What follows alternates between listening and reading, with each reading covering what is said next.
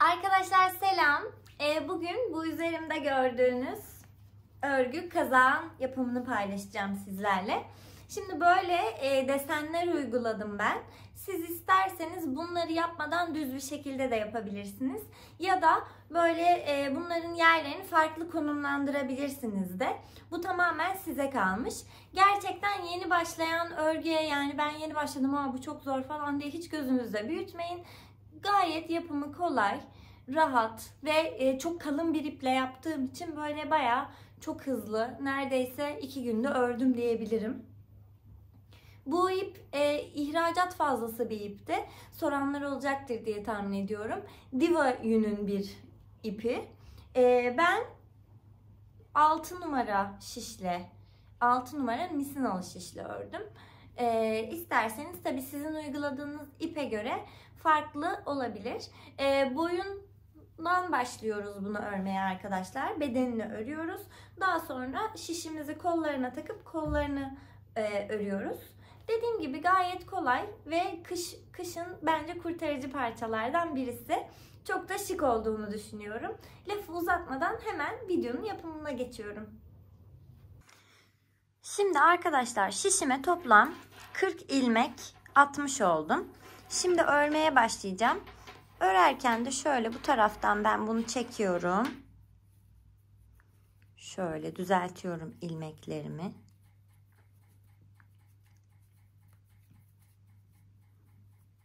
Şöyle şişimin önüne geldim. Şimdi arkadaşlar bir ters bir düz lastik yapacağım. Bakın onu da nasıl yapıyorum. Hemen bir tane şöyle önden aldım. Bu ipimi buradan alıyorum. Şurayı şöyle sıkıştırarak örüyorum. Bir önden ördüm. İpimi arkaya aldım. Bir tane şöyle arkadan örüyorum. Bakın ipimi tekrar öne aldım. Bir önden örüyorum. Bir arkadan alıyorum. Bu şekilde tüm sırayı örüyorum. Sıra başına gelince, yani şuraya gelince tekrar bu misinamı çekiştirerek böyle örgümde buraya sabitleyerek böyle dönerek ben toplam 5 sıra öreceğim arkadaşlar. Şimdi 5 sıramı öreyim geleyim. Siz daha böyle boğazlı yapmak istiyorsanız daha uzun yapabilirsiniz. Benim için 5 sıra ideal olacak diye düşünüyorum.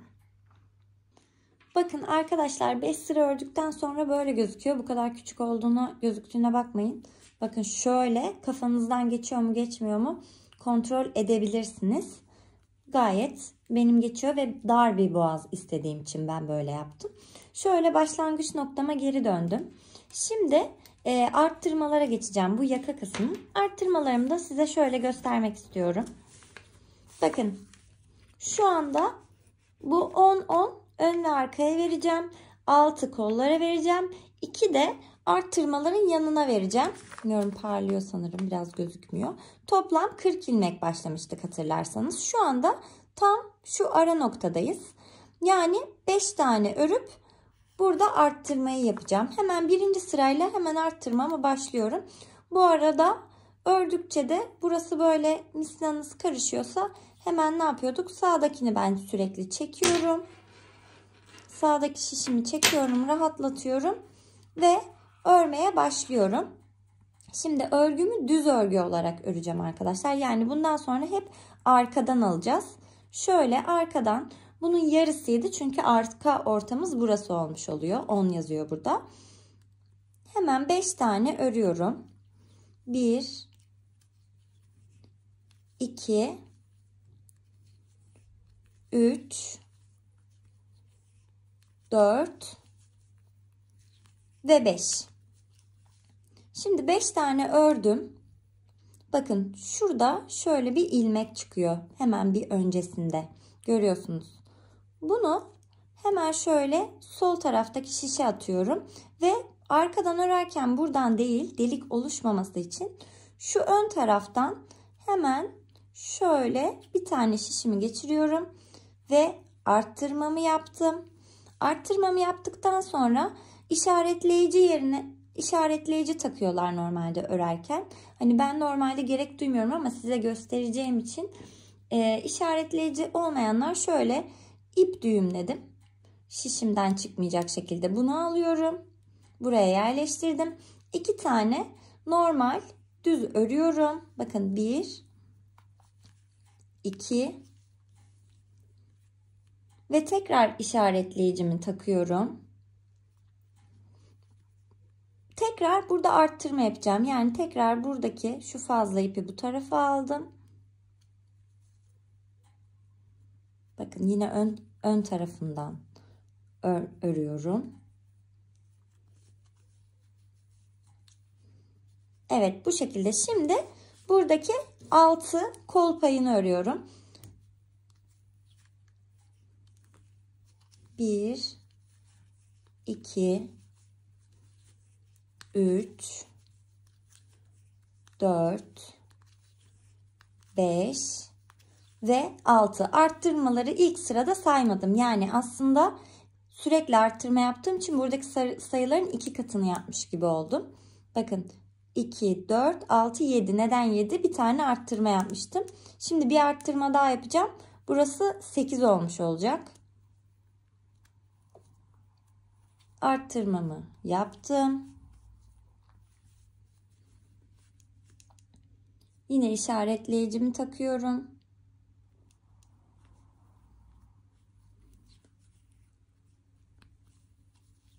İki tane ördüm. Tekrar işaretleyicimi taktım. Ve şuradan yine aldım. Ön lopundan örüyorum.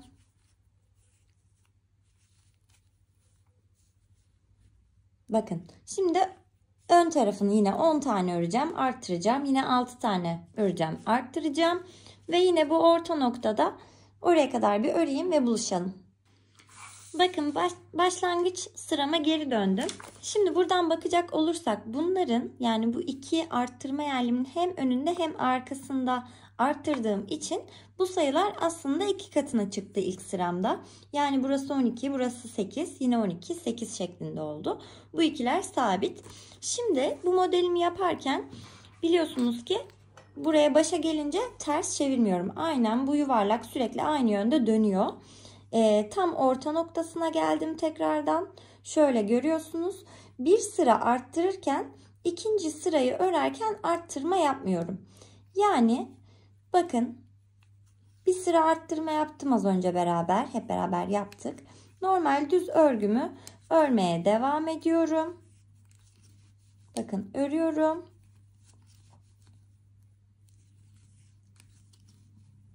Ve bu kırmızı ipimle arttırdığım yeri de yine sağ şişime aldım. Hiç arttırma yapmadan devam ediyorum. Bu şekilde tüm örgüme bir sıra arttırıyorum.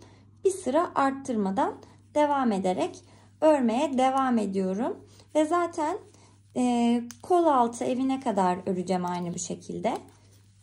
Siz de anlayacaksınız. Yine ara ara kafanızdan geçip denemeyi unutmayın ördükçe.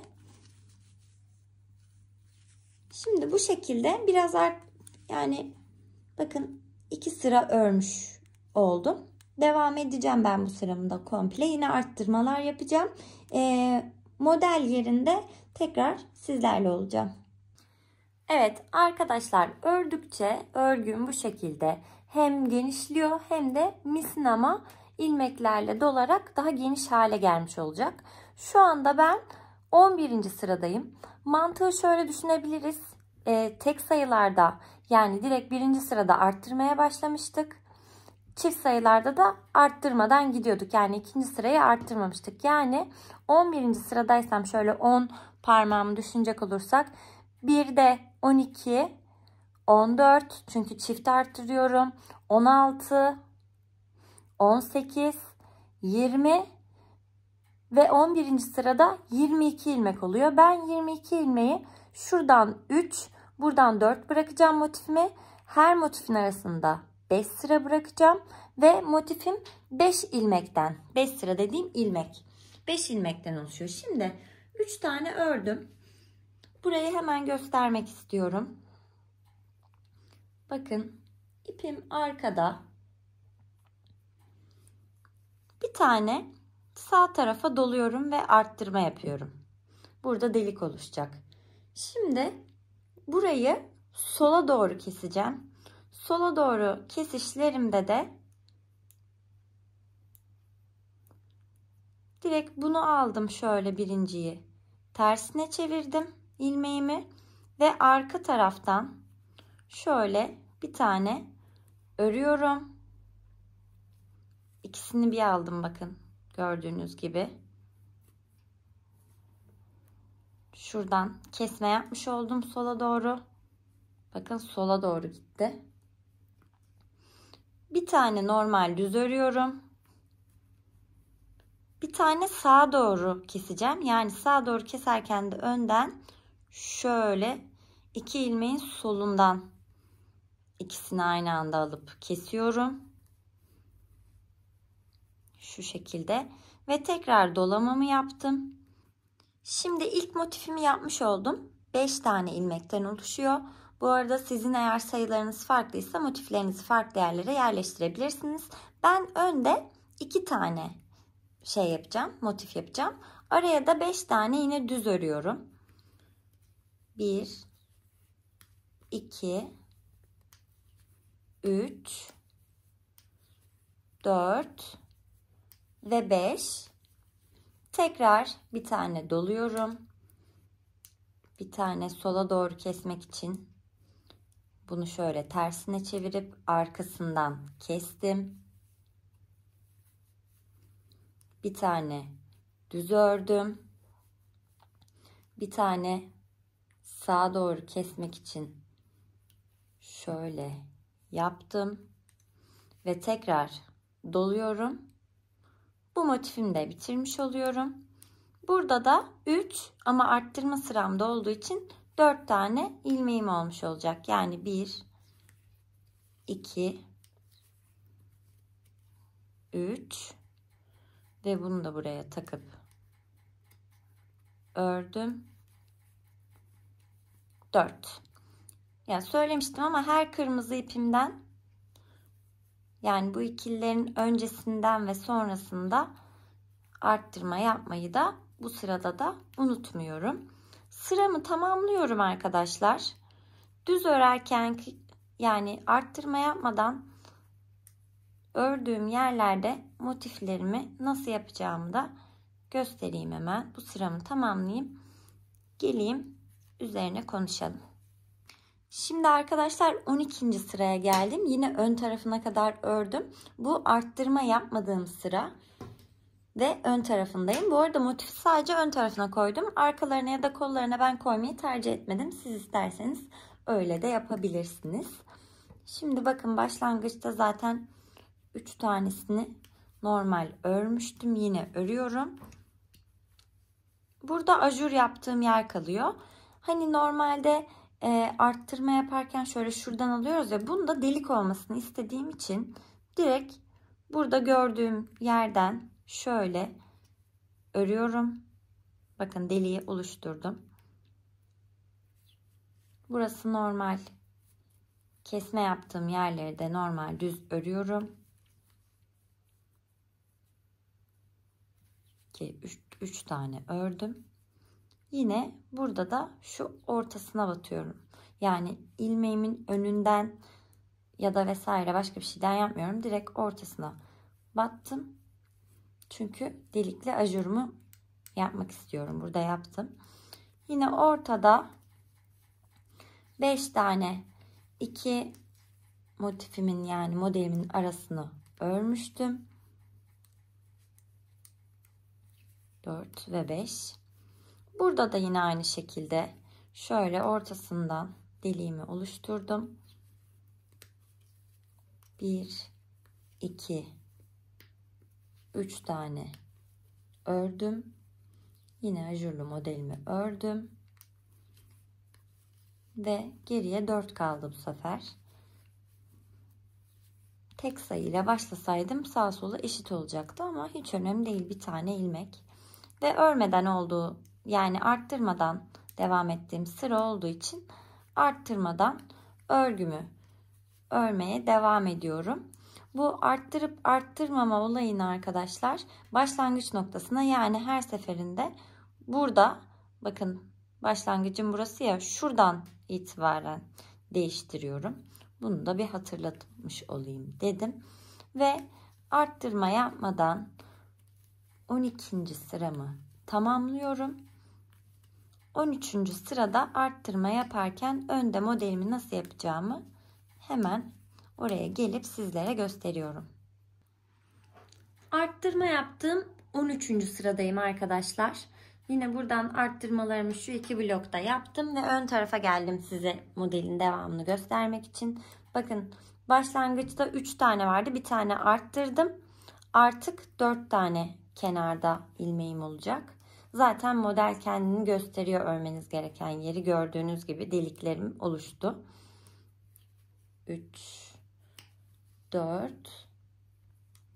ve bakın ajur yaptığım, yani delik yaptığım yerin üstünü normal örüyorum. Ama örmeden bakıyorum. Evet, örüyorum. Ördükten sonra tekrar ajur yapmak için tekrar şişime doluyorum ilmeğimi. Şimdi burada burayı üçlü keseceğim. Nasıl keseceğim üçlü? Hemen şöyle bir şey yapıyorum.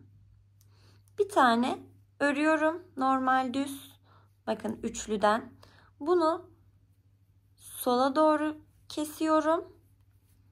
İkisini beraber aldım ve daha sonra buradakini şöyle hop üzerinden atlatıyorum ve üçünü bir kesmiş oluyorum.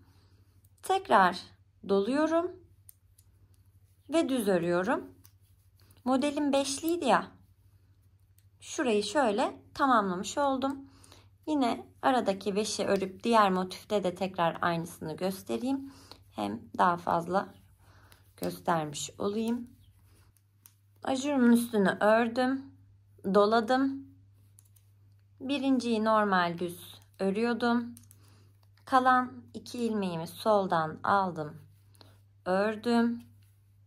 Ve ilk ördüğüm ilmeği tutup üzerinden atlatıyorum. Şöyle ilmek kaçırmadan tekrar dolamamı yaptım ve ajurumun üstünü normal düz ördüm. Burayı da yine arttırma sıram olduğu için arttırma yaparak bu direk diyeyim, arttırma direklerimde yine şöyle alıp önden takarak arttırmamı devam ederek yine sıramı tamamlıyorum. Tekrar döndüm geldim arkadaşlar ön tarafa. Arttırma yapmadığım yerdeyim. Bakın aslında az önce yaptığımızla hemen hemen aynı. Başlangıcı örüyorum. Ajurumuzun üstündeki yeri de normal düz ördüm. Burada ajur yaptığım yerin yine buradaki deliğin içine girdim. Yine bir delik oluşturacağım. Tek bir üçlü kesme yapmıştık hatırlıyorsanız. Bunu da düz örüyorum. Tekrar ajurumun içine girdim. Ördüm. Ve bir önceki sıradaki yerin üzerinden de tekrar örmüş oldum. Bakın aslında şöyle bir şey çıktı. Son tomurcuğu için burada da yine aynı şeyleri yaptım. Dönüyorum tekrardan. Arttırma sıramda burada buluşuyoruz. Evet, arttırmalı sırama geldim yine. Artık motifimin, yani örneğimin son sırasının tomurcuğunu yapıyorum arkadaşlar. Düzümü örüyorum. Bakın yine ön sıradayım. Geldim. Ajurumun üstünde düz ördüm. Bu sefer burada dolama yapmıyorum. Bir tığa ihtiyacım olacak. Şimdi şöyle parmağıma doladım. Burada tek kestiğim yere de şöyle tığımı alıyorum. Şöyle kaçmasın diye şunları şöyle geri itebilirsiniz.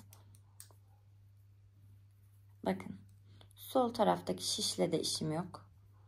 Şuradan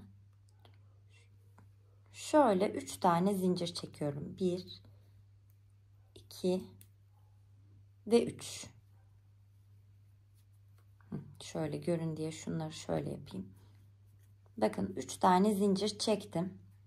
Şimdi burada bakın şurada zaten yeri var, gösteriyor. Buradaki bu ilmeğin hemen altına şöyle tığımla 1 2 tığda 2 tane kaldı. Tekrar ilmek aldım. Aynı yere battım. Yine 1 2 3 ilmek kaldı. Tekrar doluyorum.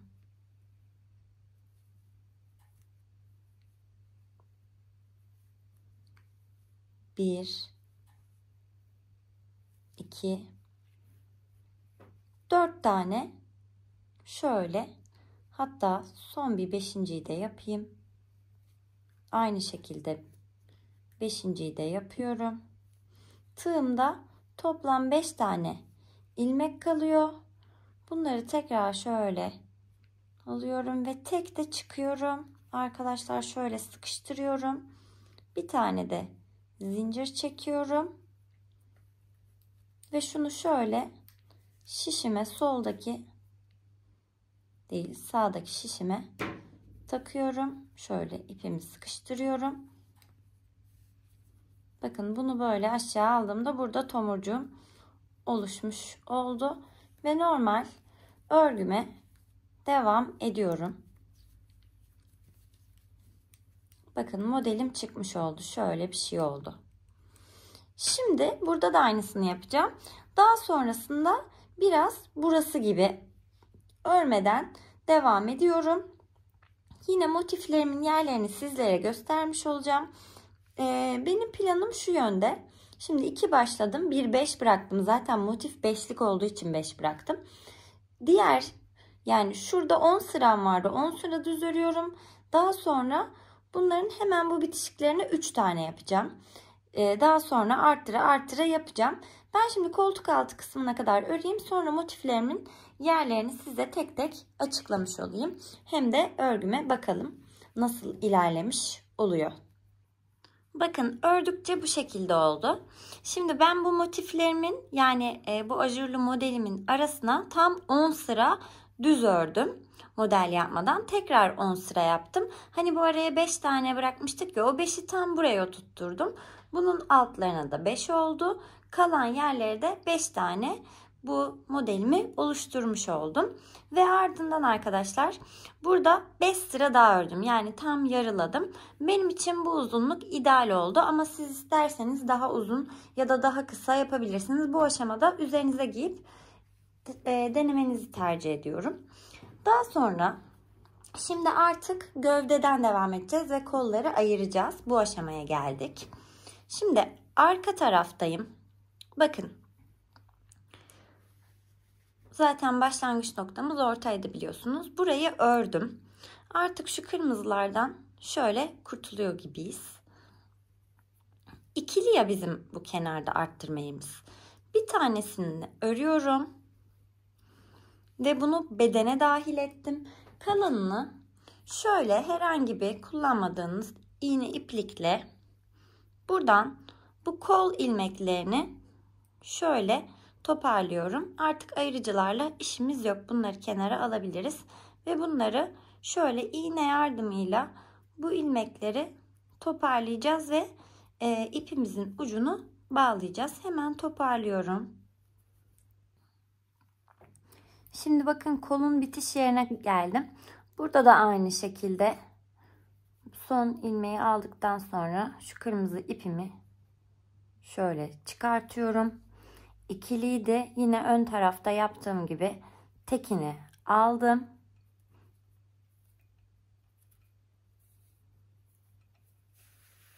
Şöyle. Bakın şimdi çıkartıyorum iğnemi ve bu ilmekler aslında kaçmasın diye bu ipimi şöyle düğümlüyorum. Nasıl oldu hiç önemli değil.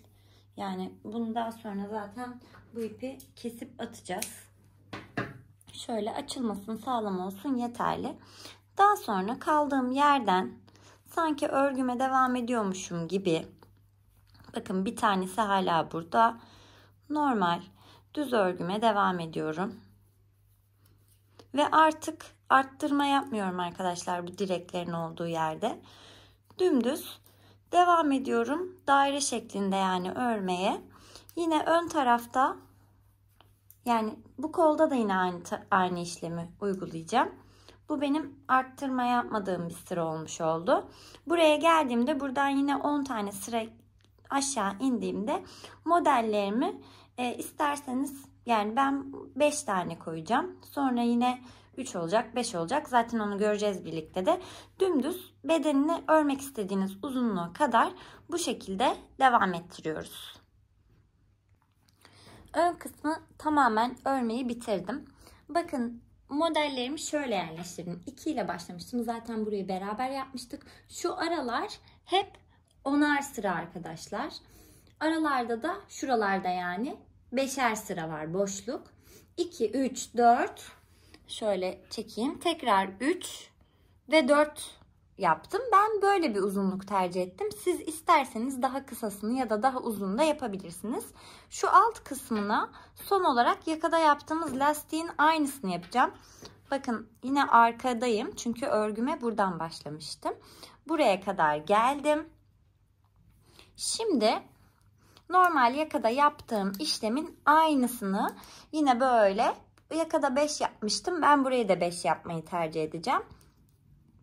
Şimdi bakın yine aynı, bir önden bir tane arkadan örerek buradaki lastiğini de tamamlıyorum.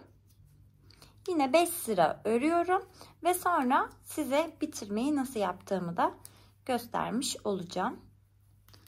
Bakın örüyorum. Hemen burada zaten belli ediyor kendini.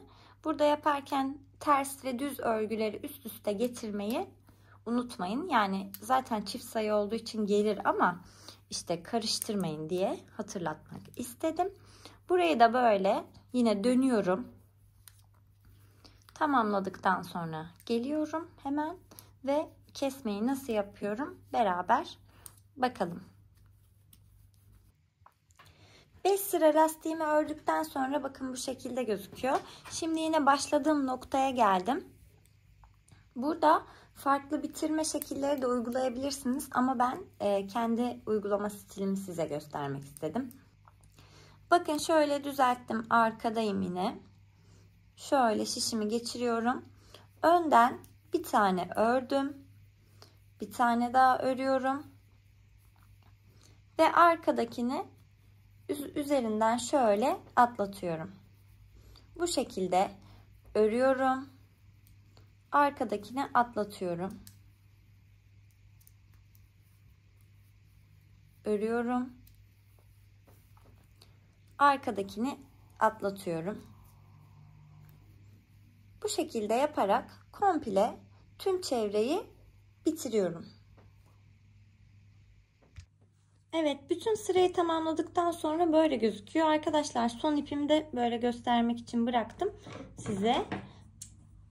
Şöyle bakın. Şöyle yukarıya alayım biraz. Şöyle kesiyorum buradan. Şöyle ipimi çekiyorum. Burada bakın şu başladığımız yere şöyle tığımı geçirdim. Bu ipimi buradan böyle çektiriyorum.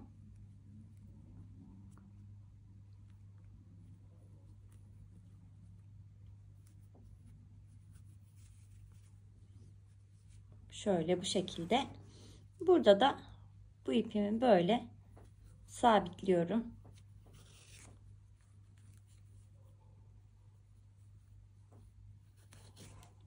Şöyle fazlalığı buradan da kesiyorum.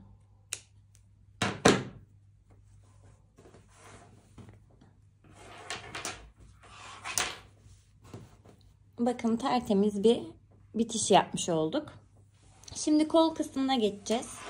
Bakın gördüğünüz gibi iplerim vardı. Geçirmiştim kaçmasın ilmeğim diye. Aynı ipimin yolundan şöyle şişlerimi geçirdim ben. size göstermek için. Bu iple artık işim bitti. Bunu kesiyorum. Ve bu ipi buradan çekiyorum. Evet, artık şişimde kaldı bütün ilmeklerim. Şöyle. Bakın, direkt örmeye başlarsam şurada koltuk altında bir delik olur. Böyle yapan arkadaşlarımız da var. Bunu yapıp sonra burayı iğne iplikle dikiyorlar.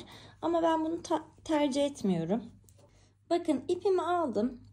Şöyle bir tane ilmek oluşturdum. Şimdi buradan bakın şöyle göstereyim. Buradan delik oluşmaması için şöyle şu yandan bu ilmeği geçiriyorum. Ve bakın, hemen bitişiğinden tekrar ilmek çıkartıyorum.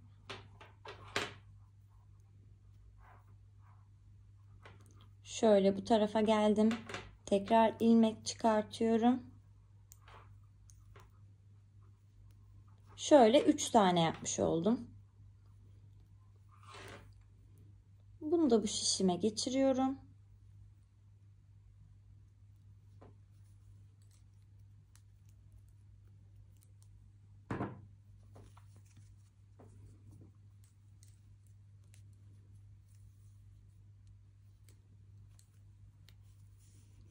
Üç tane ilmek koltuk altında arttırmış oldum bakın. Şimdi buradan normal örer gibi örmeye devam ediyorum. İstediğim kol uzunluğuna gelince yine yakada yaptığım aynı lastik işlemini yapıyorum. Diğer kolumda da aynı işlemi uyguluyorum. Ve daha sonra bitirerek kazağımın bitirmiş oluyorum. Yani kazağımın son haline gelip orayı da tamamlamış oluyorum. Bakalım, tamamlayalım. Nasıl olacak kazağımın son hali? Hep beraber görmüş olalım. Kollarını tamamladıktan sonra şöyle bakın, kazağımın son hali bu şekilde. Umarım faydalı bir video olmuştur. Sizler de böyle bir kazak örmenin ne kadar kolay olduğunu göstermiş oldum bu videoyla. Bir başka videoda görüşmek üzere. Abone olmayı ve bildirim butonunu açmayı unutmayın. Teşekkür ederim izlediğiniz için. Görüşmek üzere.